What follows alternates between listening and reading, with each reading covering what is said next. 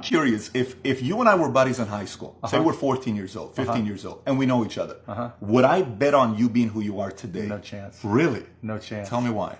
I mean, I had my good friends, and you know, we hung out, and I was a hustler. There's no question I was a hustler. Even in high school? Oh yeah, and into business in a big way.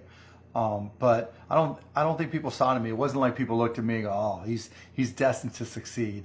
I'll show you a picture of me in high school when we leave. I'm not gonna let you take a picture of it, and you'll see why. Really? Now you got everybody curious. You want to see the picture? Then you can describe it, but yeah, I'll show it to you.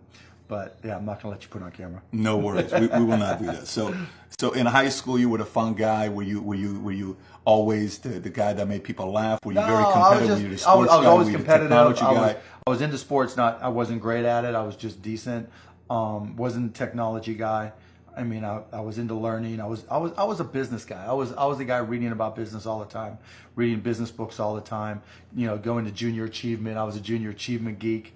Why though? Why were you reading business books? Because that's what I knew. I mean, I was wired that I always, you know, I started my first business when I was 12. I was buying and selling baseball cards, buying and selling stamps, anything I could do to make money. I was hustling and trying to do. So I was into business, but I not so much where it was all my friends were into it with me, so they wouldn't know.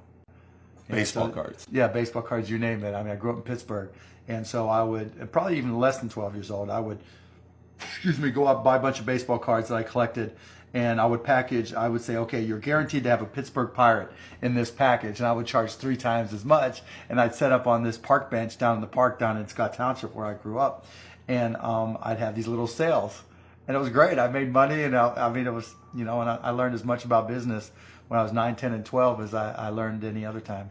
I'm obsessed with baseball cards. Do you still, is there any that you no, really, I wish I really still like, did. or no? No, I wish I still had them, Yeah. but they're all long gone. I gave them to my brother, and who knows what happened from there. Something about cards, man. I don't know what it is. You explain it to somebody, they think you're nuts. Well, back then, that was how you something... learned. Yeah, back then, that's how you had your favorite players, and you know, you didn't see, they weren't on TV every day. You only read about them in the newspaper. There was no internet, and so baseball cards were a way to connect. You know, I had my Willie Stargell, I had my Roberto Clemente cards.